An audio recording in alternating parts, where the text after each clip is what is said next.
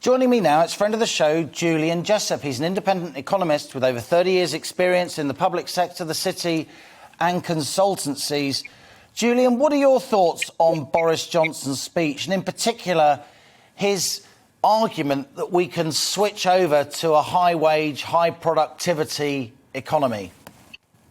Well, I mean, first of all, full marks for style. It's quite a contrast, wasn't it, with Keir Starmer's speech last week. So it had sort of 45 minutes of boosterism and jokes, but also some serious points about skills, education and infrastructure. So it clearly went down well in the hall, and I think it might play quite well in the rest of the country too. But there are some problems with it. I'd identify three. One is that there seems to be an assumption that any of these problems can simply be fixed by the government spending even more money. Which is something that many of us will feel uncomfortable with. The second point is whether this stacks up, whether there's a coherent policy, particularly with the tax increases that are coming, including increases in national insurance contributions, which are basically a tax on jobs.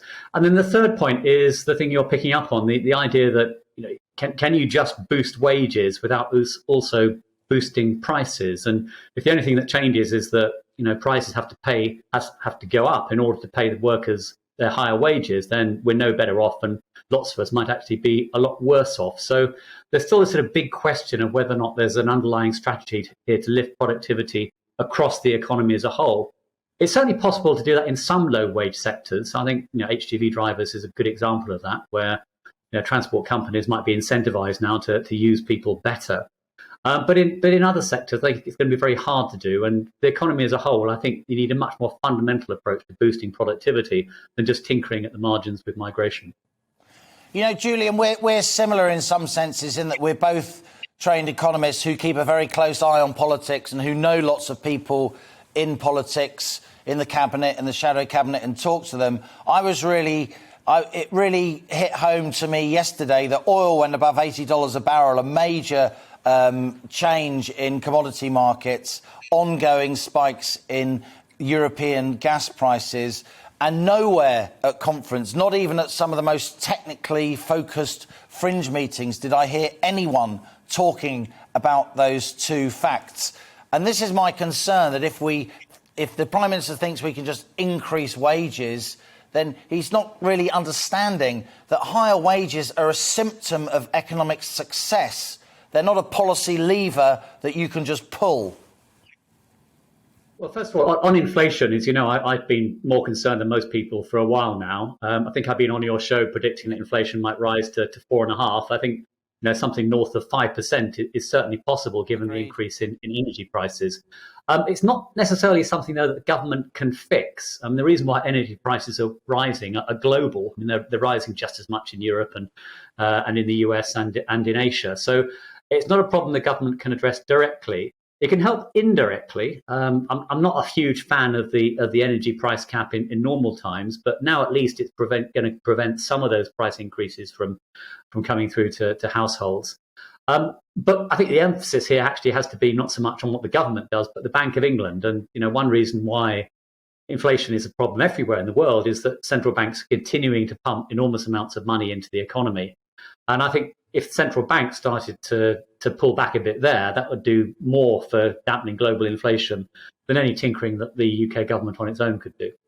The other thing that's been happening as the political and media class have been focused on the party conferences, Julian, of course, is that in the money markets, the weight of opinion now seems to be moving towards interest rate rises, certainly in the UK, sooner rather than later. Perhaps interest rate rises in the UK before any other major economy. I think you're exactly right with your end-of-year inflation forecast. Would you also forecast that we could even see an interest rate rise, if not by the end of the year, then certainly early in 2022?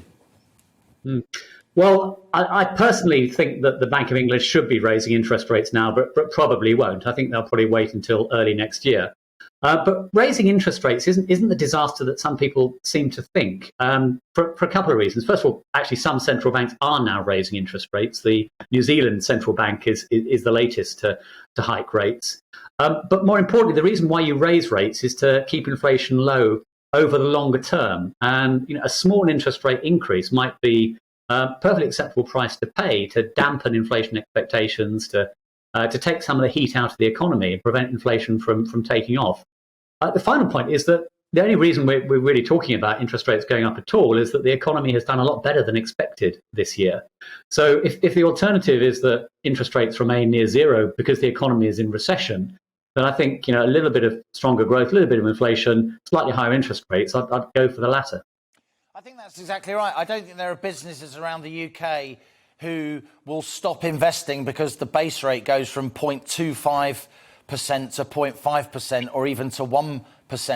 These are still ultra low interest rates. I think we both know that the reason the Bank of England's nervous isn't because raising the interest rate slightly will stop the real economy. It's because if they raise the interest rate slightly, financial markets may freak out, bond markets may freak out, and you'll get real systemic unrest. Well, I think credibility is really important here. And if they raise interest rates in a way that boosts their credibility, then I think that could have a positive effect on bond markets, because long-term interest rates partly depend on long-term expectations for inflation. So if the central bank is seen to be taking action now, then long-term expectations for inflation might be lower.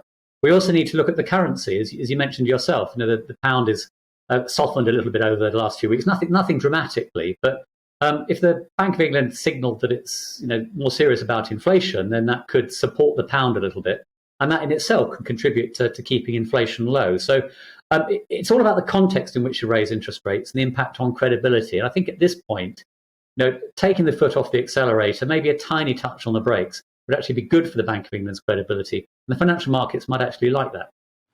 I agree entirely. As you say, if the pound falls, imports become more expensive, feeds directly into inflation. Julian, Jessop, former Treasury economist, beautifully explained as ever. We love having you on the show. Thank you so much for your time. Let's carry on the conversation.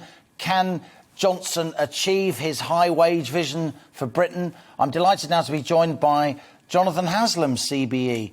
He was communications secretary to John Major and had a government career spanning over 20 years in the Department of Trade and Industry, Home Office and the Department of Education and Employment. Jonathan, delighted to have you with us. Thank you for joining us on GB News. What did you make of Boris Johnson's speech from a policy point of view? Thanks very much for the introduction, Liam. From a policy point of view, not a great deal, frankly. This was a speech which was aimed predominantly at the audience in the hall. It was touching all the right buttons as far as they were concerned, and it was certainly what we would expect from Boris Johnson. It's boosterism, it's optimism, it's talking about opportunity, it's talking about levelling up the agenda that he's got, and therefore not a surprise.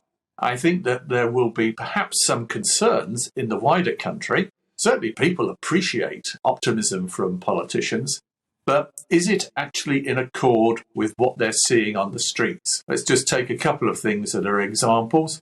We're going to see a change now in the £20 per week up rating of universal credit. Gas prices are going up. You were talking a moment or two ago to Julian Jessop about oil prices. We've seen the queues at petrol stations.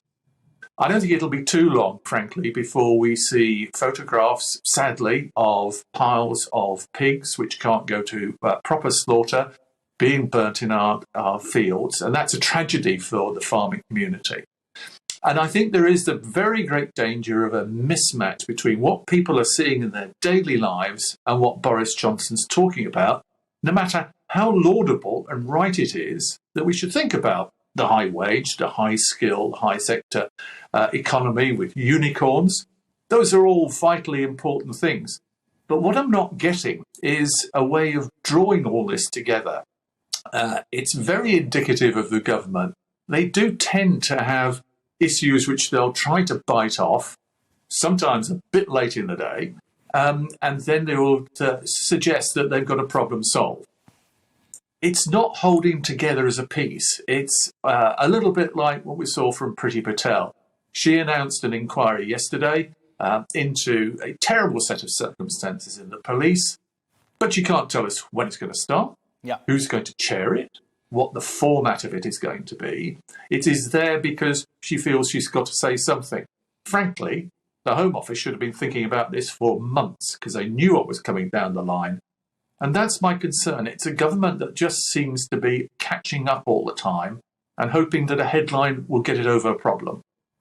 I think that's fair. Boris Johnson had a line in his speech about Tory Prime Ministers drifting and dithering for decades. I'm sure John Major and Theresa May will appreciate that. And I agree with you, Jonathan Haslam, that the Tory leadership seems to be in a bit of a bubble. It doesn't realise the economic issues that are coming down the track. Hey, I'm an optimistic guy. I believe in corporate Britain, in the entrepreneurial vigour of our people. But I think for a Conservative leader to give a speech like that and not at least touch on the economic difficulties that we face, to think that we can solve everything by resisting the lever of mass immigration, I think he could end up looking far too complacent in the weeks and months ahead as economic life, because of the energy price rises you're talking about, because of the benefit uplift removals that you're talking about,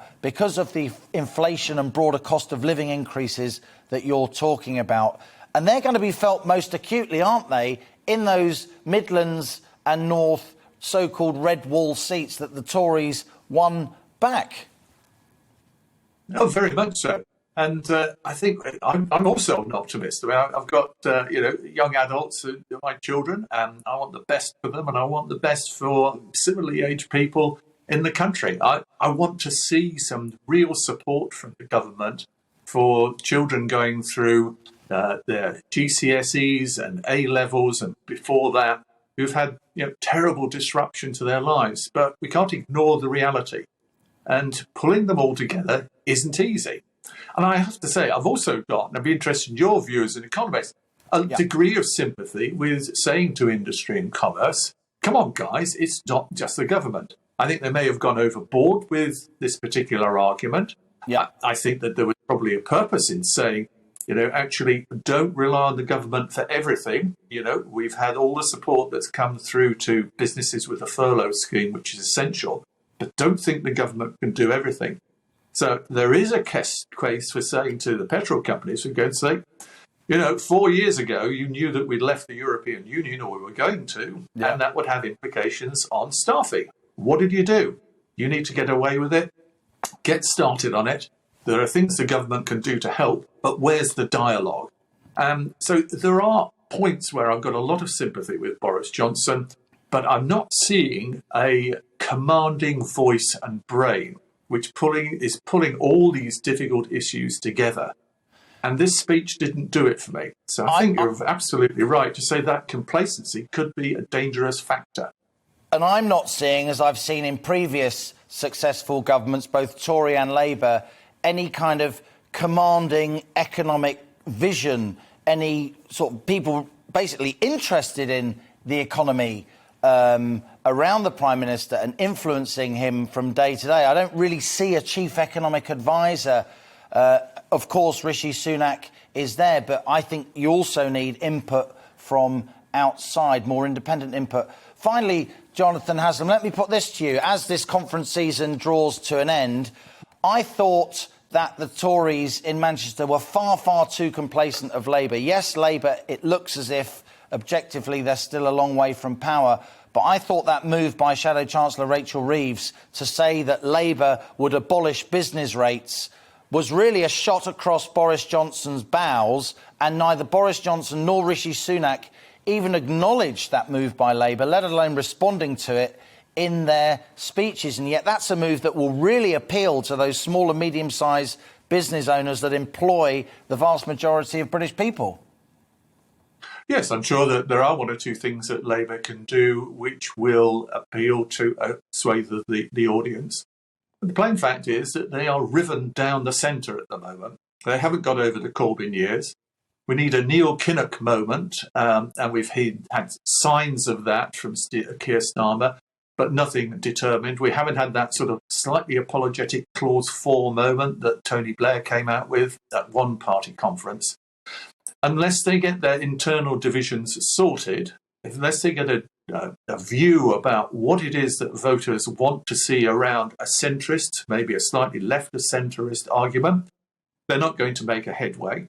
And the plain facts are that dealing with COVID has pushed the Conservative Party more left of centre than it could possibly imagine it would ever be. So Labour's got huge problems, and that perhaps also contributes to a sense of complacency from the government. But if we're to hold an election tomorrow, there's only going to be one winner.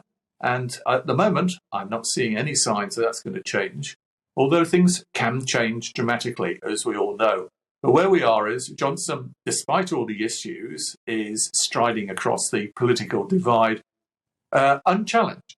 It would be rather nice if he had a better vision about what he wanted to do with it. Jonathan Haslam, former Chief Communications Secretary to Conservative Prime Minister John Major. Great to have you on GB News. Let's carry on the conversation. Joining us now is Lydia Prieg, who's the head of economics at the New Economics Foundation. Lydia, good to see you back on the money on GB News. We appreciate your contributions. As an economist, as a fellow nerd, what do you make of Boris Johnson's high wage vision? Can he do it?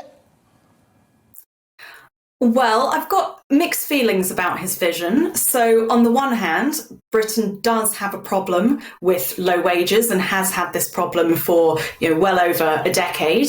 So, for example, currently 38%, so over a third of people on universal credit are actually in work. So we've got a big problem with in-work poverty, poor working conditions, etc. And obviously the Conservative government have been in power for over 10 years, so they've had plenty of time to deal with this. But, nice to see Boris at least acknowledging it now. On the other hand, I don't think it's as straightforward as higher wages are necessarily going to solve all the supply chain problems that we're dealing with at the moment.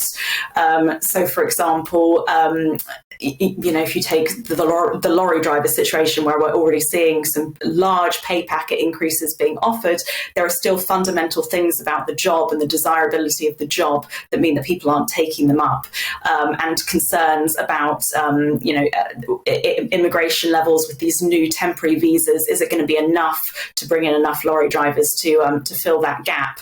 So there's still a lot more for the government to do to help navigate with business through this supply chain crisis. And also, I don't really feel like Boris Johnson announced any policies to do with this high wage Britain vision. What is the government actually going to do to support these high wages?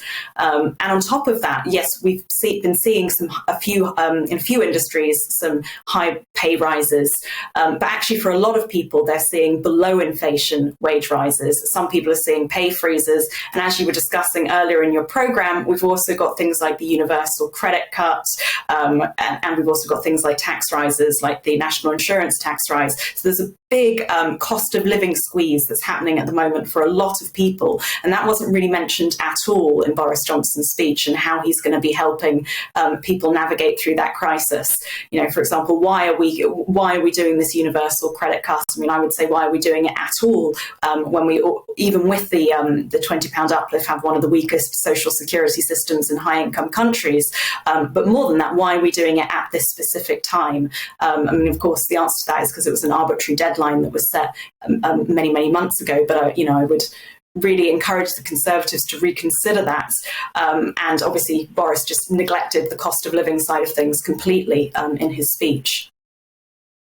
Lydia, and for me, it comes down to what economists like us call productivity. Broadly, the efficiency of the economy, the amount of output we get, be it goods or services, for each given amount of input. And it strikes me, if higher wages are because of supply shortages and supply chain issues, those higher wages are just going to lead to inflation. If higher wages are a symptom of success, of higher productivity, which itself stems from higher skills, more investment in productivity boosting initiatives, then they're a good thing. I'm concerned that the Prime Minister sees high wages themselves as a good thing, whereas high wages are actually a symptom of other good things that may not happen.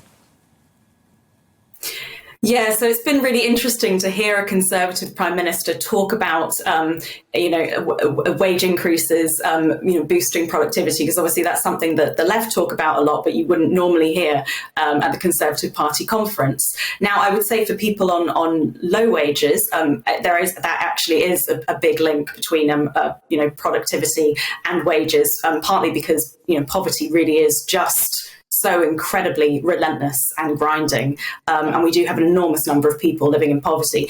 However, you are right that there is more to productivity than just wages, and skills, as you've highlighted, is another crucial component.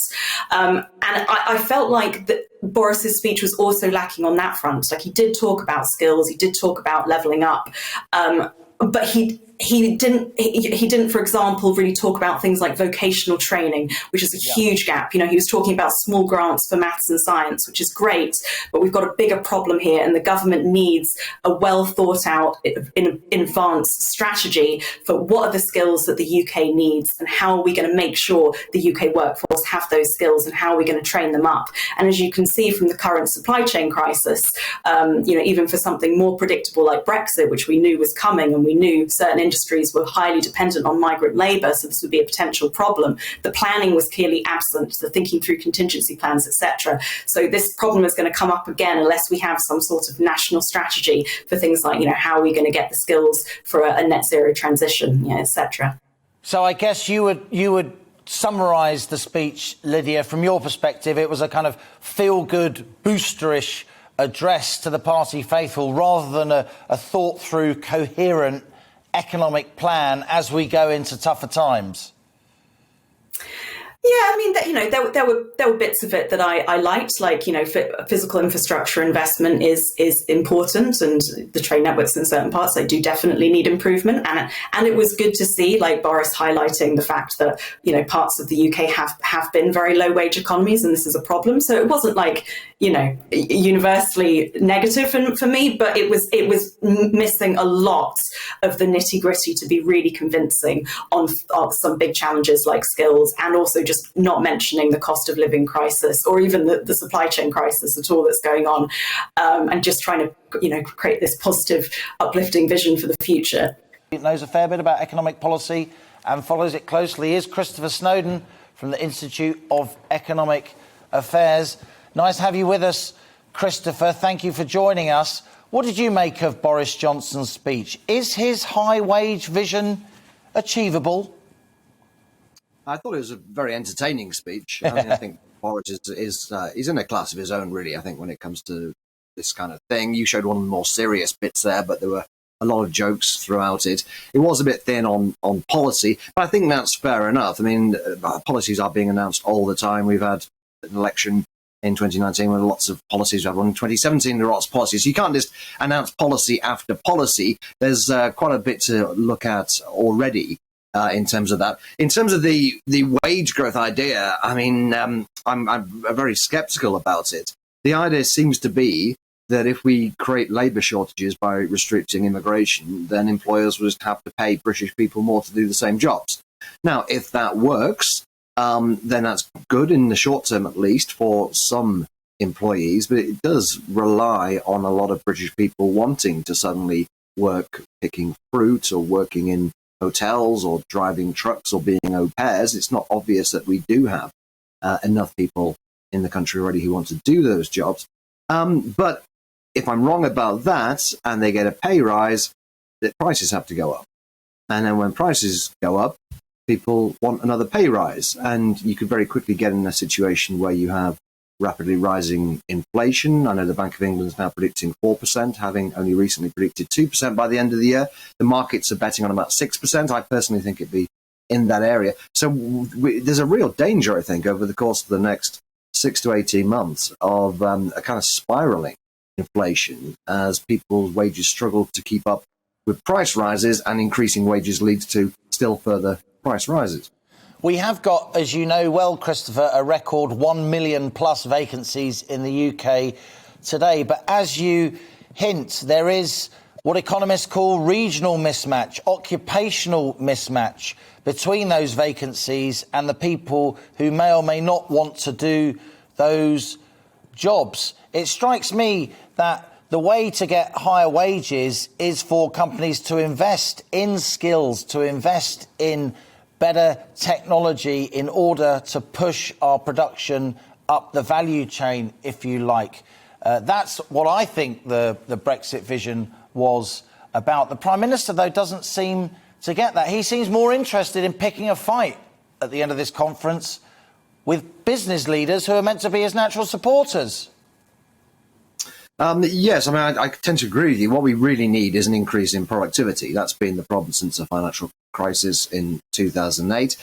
Wages haven't been at all stagnant, but they've been pretty poor for over a decade now, partly because we were coming out of the recession at the start of the decade. Then we got hit by the pound slumping after the referendum result, just as wages were actually getting going. And then, of course, we got COVID.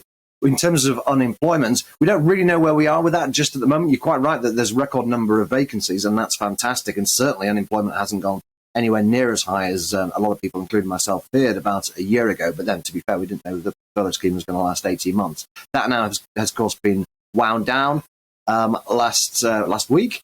And hopefully the vast majority of those people who were furloughed were only being furloughed for a day or two here and there, and they've got jobs to return to.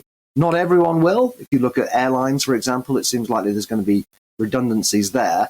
But I think if we take an optimistic look at that and say maybe we'll have an extra couple of 100,000 redundancies adding to unemployment, it's not too bad in the great scheme of things. And we have to remember unemployment was really low before COVID came along. It was below 4%, which I think most economists would say is realistically in the modern age about as good as it gets. You've got a lot of people there who are just between jobs. You've got people who are maybe working on the black market and signing on, and you've got some people who are just never going to get a job. So the idea that we have masses and masses of people who are just itching to go out and do seasonal farm work or start working in hotels, and these are areas where you often can't increase productivity by technology alone. Anything that's labor intensive, like working behind a bar, working in a hotel, there's not a lot you can do with that. So I really do think we're limited with this, and Boris is picking a fight that doesn't need to be picked. I think that they've been wrong in the way they've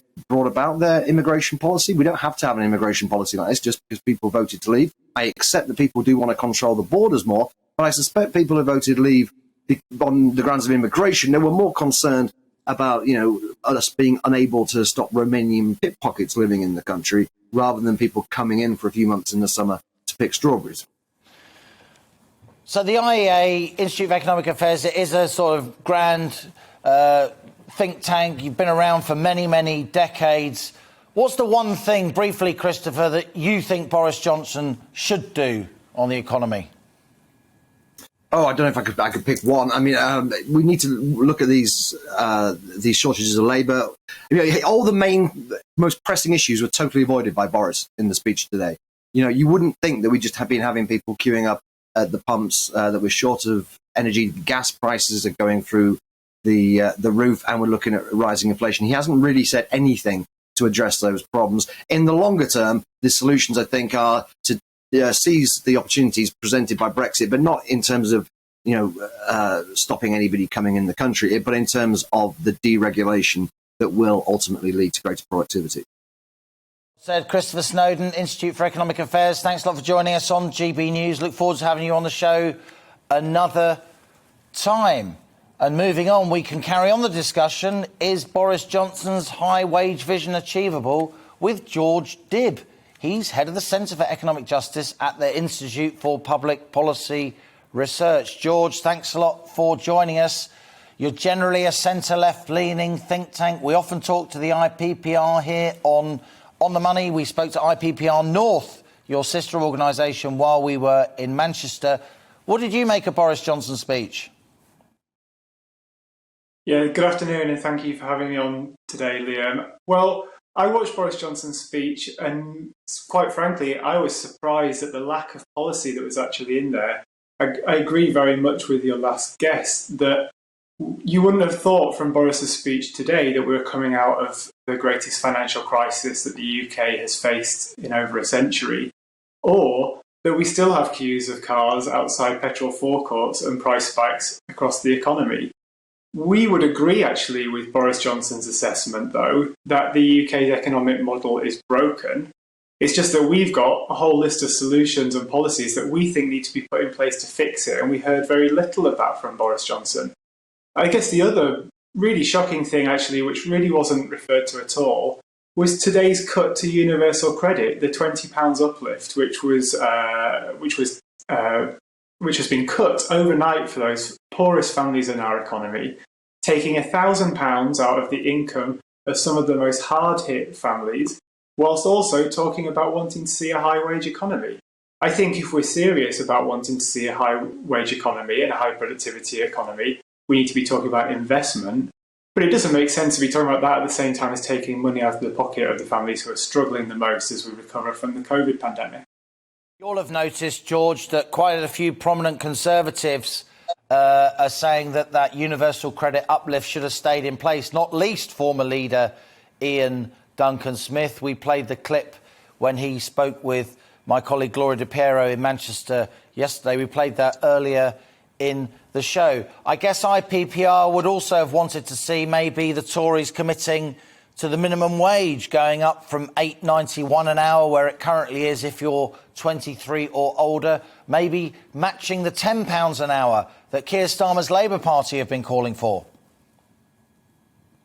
We think the minimum wage does need to increase. We've talked about a plan to increase it towards the real living wage, so £9.50 and upwards. But it's not the only way of tackling low pay in the economy. Although I would agree with everybody else who has spoken on the issue that this cut was really quite scandalous. There are 4.4 million families who woke up this morning with a reduced income. 500,000 households have fallen below the poverty line overnight. And the majority of those are not unemployed. The majority of people who have been pushed below the poverty line as a consequence of the universal credit cut are in-work families. And that's a real scandal. But the question of how we can pivot towards a high-wage economy, it's not simply a matter of thinking about the minimum wage. We also need to think about conditions across the economy. Boris Johnson again spoke about investment and innovation across the economy. All those things are needed because it's not simply pulling out of a labour market or creating labour market shortages which are going to push up wages. It's ensuring that we've got the right levels of investment and innovation across the economy. Boris Johnson recognised that, but he didn't say anything about how we're actually going to get there.